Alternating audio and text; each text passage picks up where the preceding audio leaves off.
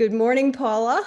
Thank you so much for being willing to talk today and for sharing what you have been learning about grandparenting with another grandma. Happy to do it. Bubby to grandma right now. It's one of my favorite topics, so. Yeah, wonderful.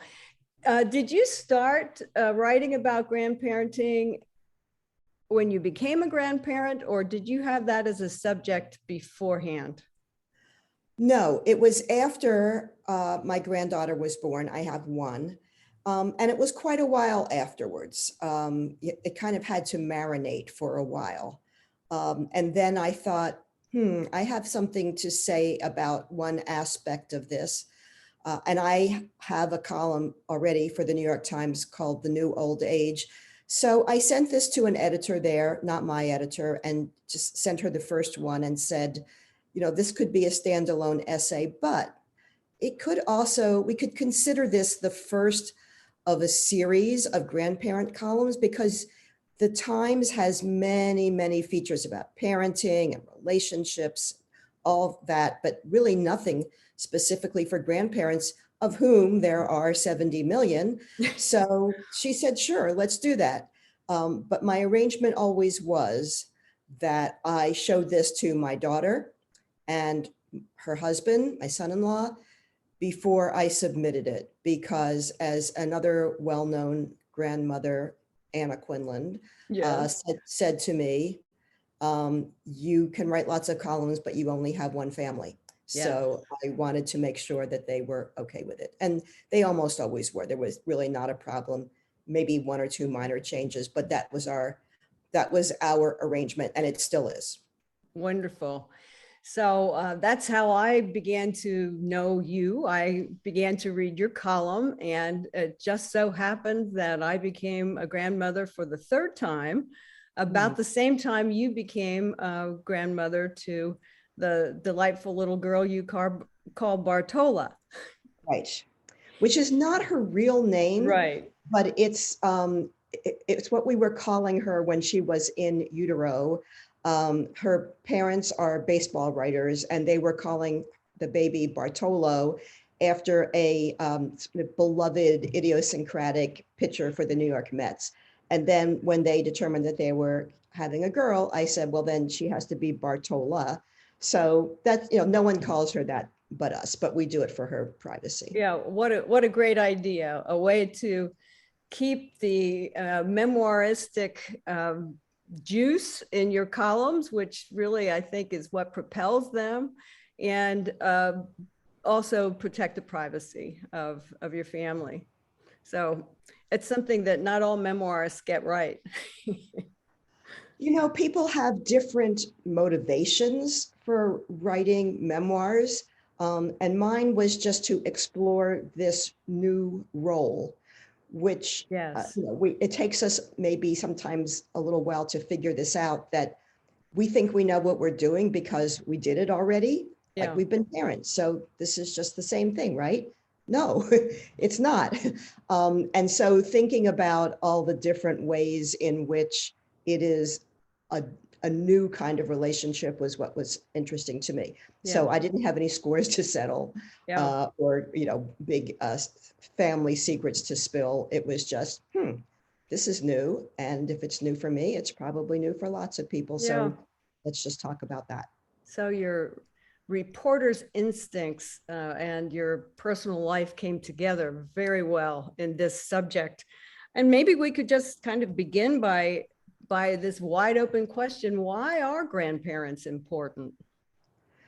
Well, grandparents have always been important, throughout human history, but their roles have changed with the times, and with the times and with the demographics of what's going on. So we live longer, we're around more, especially if we are middle class, reasonably healthy.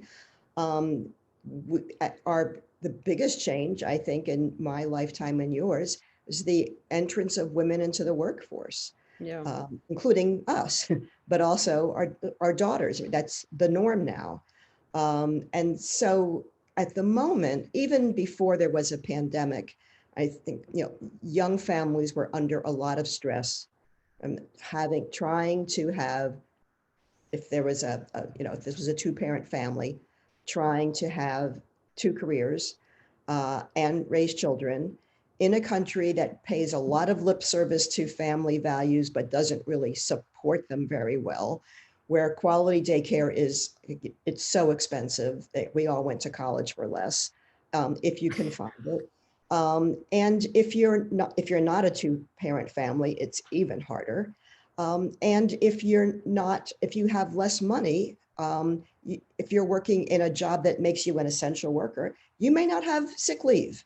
You may not have any time off. And so all of this is a lot of stress on young families. And I think part of this, what seems to me renewed interest in grandparenting, is that some of us are helping to fill in those gaps when we can. I think more people want to do that. And that's just based on my sense of things. I admit to what a social scientist would call confirmation bias. I think it's so I see it. If I didn't think it was true, maybe I wouldn't see it. One of the things that's interesting to me as a reporter is there's really not a lot of research about grandparents and their role in the family and how that might be changing. There's a ton of research on parenting and child development, but grandparents, most of the research that exists is on custodial grandparents, but not on people who are grandparenting when there is a parent.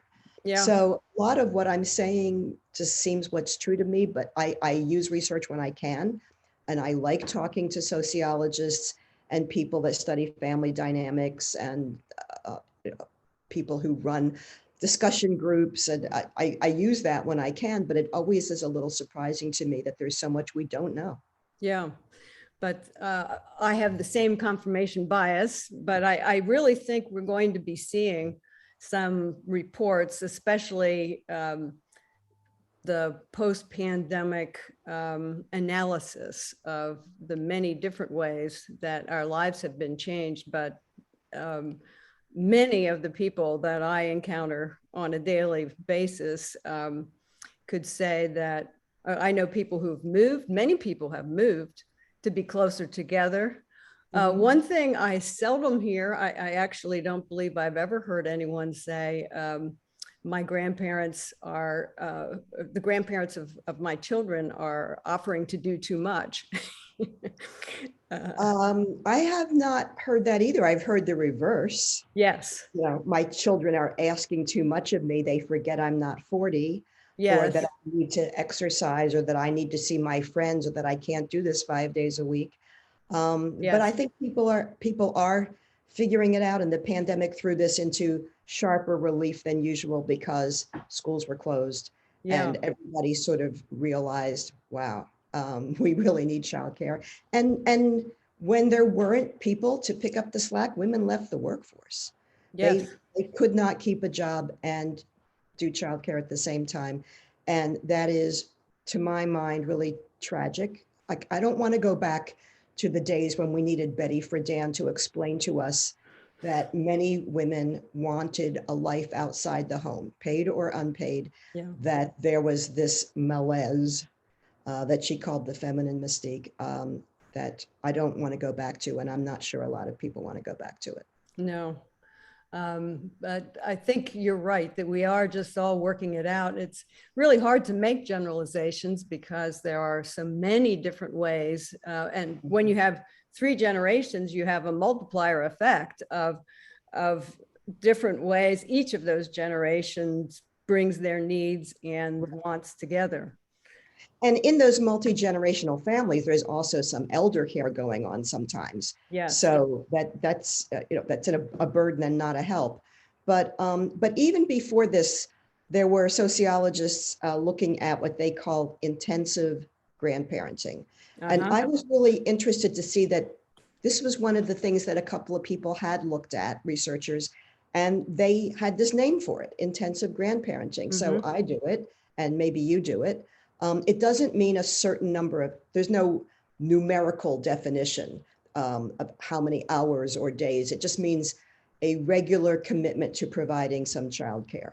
Yeah. So for me, because I'm still working, another thing that may have changed, that grandparents may still be in the workforce, especially women, because they took time out for a while and then went back. So they're not ready to leave it yet. So I'm there one day a week. But that's really nothing. I interviewed grandparents who were there much more often. And were really doing the bulk of childcare, and they were happy to do it. I want to do it. I'm not finding this an imposition. I treasure this, and I really want to be able to do it. But I don't think I would be happy doing it 5 days a week. I have things that I want to do for myself too. Yeah. Well, we agree on all of those things, and we're fortunate that we can have those choices. Not everyone does. Have to be geographically close enough. Yeah. You have to be healthy enough. You have to have the time off from your own work or your own elder care or whatever else it is, that the other obligations that you have. So I don't feel that people should feel bad if they can't do it. And there were people who don't want to. It felt like I did this once. Yes. I would be the fun grandparent who takes them to the zoo and buys them ice cream. And I don't want to be the one who's, changing the diapers and picking them up after school. Yeah. Or carrying them around. It's too physically onerous, or it's just, it's not my favorite part of childhood either, frankly. She's, Bartola is 5.5 now. And the half is very important. I know. The half is important. So, and I like 5.5 a lot better than I liked 1.5. Yes. Because we can have these amazing conversations and go to the theater and just, she's a person and not a baby. But there are people who love babyhood. So, whatever floats your boat. Yeah. Back to your observation about not much research so far. There are people who believe that we're about to experience an explosion of information because this gap is being noticed. You certainly were among the people most clairvoyant. I think back in 2017 when you asked, where are all the grandparenting books? And that was a title of one of your columns, which certainly got my attention, and I think the attention of many others. Some people make the analogy to the current situation with grandparents being like that of parenting books back in the 1960s and 70s, when you wouldn't have gone to a bookstore and found 3 shelves full of parenting books then either. Well, okay, so there was Dr. Spock. Yeah. And I think there were always parenting books, but I think you're right. There was this explosion that came when the baby boomers began reproducing. Because there were so many of us and we were perhaps looking at it differently. But it was surprising to me. I actually went to my suburban Barnes and Noble. Yeah. And I think it was when my daughter was pregnant. And I thought, okay, I should get ready for this. And you're right. There is no aspect of parenthood that is not explored in enormous detail. There was almost nothing. And and then online too, what there were a lot of keepsake books, you fill in these landmarks, these milestones, first tooth, et cetera. There were a number of religious approaches, which is not for me, but just kind of to talk about grandparenting and how it's different from parenting and how to navigate it. I think there's more now, but yeah, I was surprised at how little there were. And there were only like 2 or 3 that I even wanted to recommend. Now, there were interestingly, more books about grandparents for children. Yes. As if, they sort of had to be introduced to these figures, but we didn't have to, read anything or pay attention, or all we had to do was mark down when they first crawled. It was odd. I thought it was odd. Yeah. Um, you have written your own book as a result of writing this column. And I have been one of the many who have enjoyed listening to your book because Right. it is an audio book. And I have a subscription to Audible that allowed me to listen to it for free, which was a delight. Even better. Yeah, right. I think we both like bargains. Yeah. And I'd love to hear you talk about that, your book and how it came to be, what your response has been since then. Well, this was an entirely new adventure for me because I had never done anything in audio before. And sorry, Audible, I don't even really listen to audiobooks Uh-huh. much. I prefer to read. I think it's because I'm not in a car enough. Yeah. I live in a place with a lot of mass transit, so I'm always on a train or a subway or a bus, and I can read. So I don't really, and when I'm outside walking, I just want to hear what's around me. So this was a whole new thing for me, and it came about just sort of by accident. I had a friend who I teach at Columbia, and so did he. Mm-hmm. So this was someone I'd known for a long time and done some work for in other locations, and he was at Audible now. I went to see him. Audible's headquarters are in Newark. I'm in Montclair, New Jersey. We had lunch, and he said, "What are you working on?" I said, "Well, I'm doing these columns for the Times about being a bubby." And he said, "Well, you could do that for us." I, I said, Uh-huh. "I don't know anything about audio." "Well, you could learn. When you're a freelance writer, your default to everything should be, okay, let's do it." So the idea was to adapt these columns for that's called writing for the ear. It's Mm-hmm. different than writing for the page. So I had to rewrite them a lot, and I had to add new material. But the editors at Audible were awesome. And so we wrote it many times. And it was done. And so I was getting on the phone with my editor to talk about, well, who was going to read this? Because, of course, there are voice actors Yes. who do this. Now, my personal fantasy, and I always knew it was a fantasy, was, well, Bette Midler would be good. Um, that was sort of who I had in mind. You know, you have to be a certain age. You have to sound like you're from New York. Yeah. And you know, the pandemic had already come. So I thought, well, you know, maybe she's got time on her hands. But so I was, you know, getting on the phone to talk to my editor about who might read this. And she said, well, we've been talking about this and, you know, looking at the script, and we all think that you should read it. All right. Me? Are you sure? But hey, they're Audible. They're the ones that know. Okay. I don't know how to do this. It's okay. We're going to get you a voice coach. All right, let's do it. So I recorded it in my bedroom because, of course, their studios were closed also. Yeah. They sent me a bunch of audio equipment in a big black valise. They told me how to put it together. It was so heavy, I had to drag it through the house. I did it in my bedroom over the course of 2 days. It's not a long book. It's 2.5 hours. If I were a professional, if I were a voice actor, I probably could have done it in a day, but it took me 2. Also, it's my bedroom. It's not soundproof. So every time a plane went overhead, we had to stop. I live literally across from a train station. Every time a train came by, we have to stop. Kid is bouncing a basketball in the driveway next Yeah. door. What's that noise? So, but we got it done. And it was just, you know, this is a one-off. This is not my new career. I don't think I'm going to be doing this again, but it was a hoot.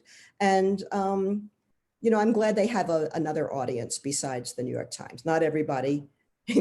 We have to keep in mind, especially those of us who write for the New York Times, that the entire world does not read the New York Times. But so this is another avenue. But again, I sent the whole script to my daughter and her husband because, Yeah. you know, we all have to be on the same page about this. The experience of doing this seems like it was a wonderful learning opportunity for you, both about the world of sound, like writing for the ear. What is that? Uh, Things have to be simple and direct, you know, subject, verb, object. We don't like big, long dependent clauses. certain like things that you would put in parentheses are hard to do when you're reading it. Certain words just sound strange.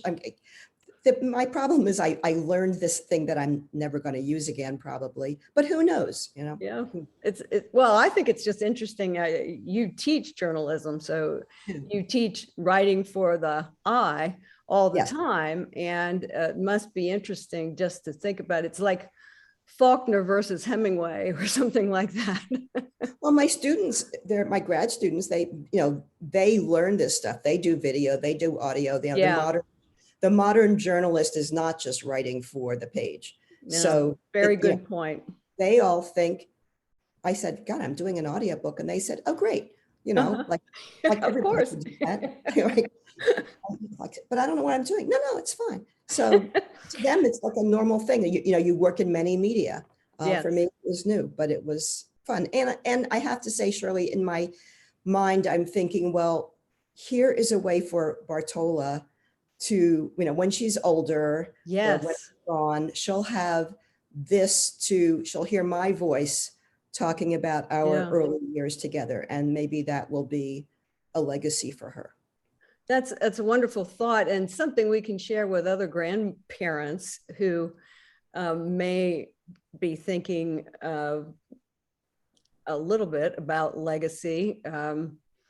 I hear people who talk about the value of having a message saved on their phone from a loved one who died. And others in my career, I studied writers and read their letters and looked at their distinctive handwriting. So I think that things that we leave behind that include our voices and our handwriting are things that are full of the life that we have lived. And I hope that all of us have ways of transmitting that however it's appropriate for us. Well, we used to write letters, and now, when was the last time I actually wrote a letter on paper that wasn't a sympathy note? Rarely, and certainly not to her. So this is part of what I'm leaving her. Yeah, wonderful. What have you experienced as a result now of being an author of a audio book? Have you been able to be interviewed and have contact with your listeners? I've done a little promotion to help people know that it was there. But it's, I did it, and I hope it has a longer life, but there are, lots of new audiobooks. So I don't know. I think probably grandparents will recommend it to each other. Yeah. Well, I certainly do. And found many, many points of connection with you through listening to you talk about the commute, having spent a year as an intensive grandmother in Brooklyn, New York, and having children who moved to Montclair gave me visual ways. And now that you say you were across from the train station, I know exactly where you are. Yep. And those little personal connections, while for me as a country girl, I grew up on a farm. Living in the city for the first time in my life in my 60s, late 60s, was a pure adventure. So on top of being able to take care of Owen during the day, there were so many other things to explore and do during that time. So I think my experience of grand nannying was one of the things that I felt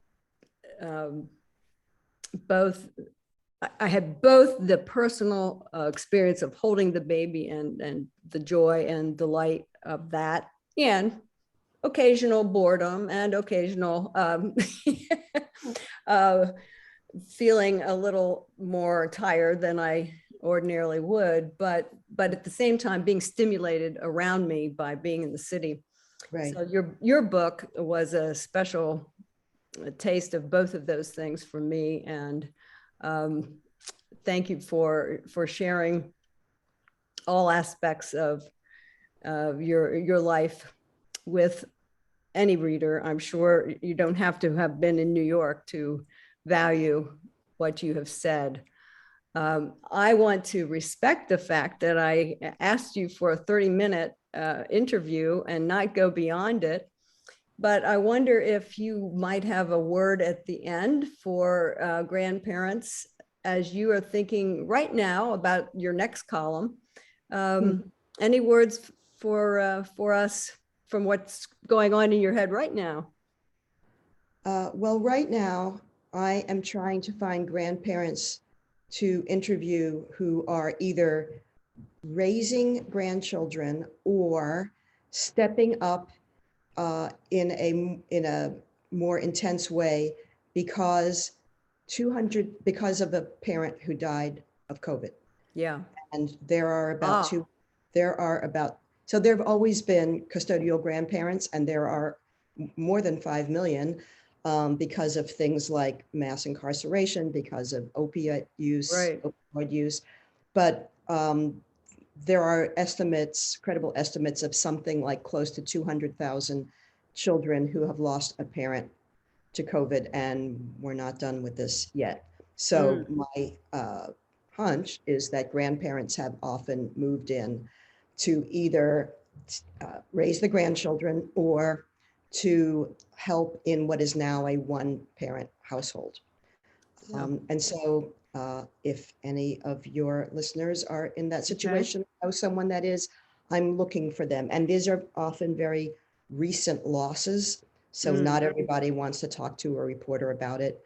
But I have a couple of amazing women who are doing this. I need a couple more. And so that's what I'm working on right now. But more broadly, I think for all of us as grandparents, either new grandparents or existing ones, there is a lot more conversation that I would think would help families about what our roles are. It's interesting to me how seldom we seem to have a conversation with the expectant parents about, what do you need from me? What do you expect from me? What would you accept from me? What's my role now? Because when that doesn't happen, sometimes everything goes smoothly and easily, but there's a fair amount of frustration, misunderstanding. I wanted to be this kind of grandparent, but they didn't want that. Or, I wish, I hear from parents sometimes saying, I wish my parents would do that. Well, have you asked them if they would, or if they could, or what they might be willing to do? It seems to me a fertile territory for people to, in the same way, expectant couples, they're laying in the equipment, they're reading the books, they're getting ready to be parents, but they are about to make their parents grandparents, which is not the same as what we've all done with our own children, because we're not in charge. We're not the decision makers, but we have a role to play. And why can't we talk more about what that role would be? I think that would make everybody happier. That would make relationships smoother and stronger. And maybe what we need is support groups or discussion groups about grandparenting with facilitators. I don't know. We're getting more books. We could use a lot more research. But while that is all evolving in the marketplace, we could just talk to our kids more about this. Yeah. We could do that. Yeah. What a great way to conclude. And probably we could extend that advice to almost every other aspect of our lives. Let's remember that it's important to talk to each other, try to find out what our assumptions are, and see if we can find some great new creative ways to exist in the world. Or coexist in the world. Yeah. Coexist. I love it. Paula, thank you so much for sharing these thoughts with me and with my listeners. I hope that you find some wonderful people to talk to for your next column, and that you and Bartola continue to have the time of your life. We're having a good time. We are. Wonderful. Thanks, Shirley. Thank you.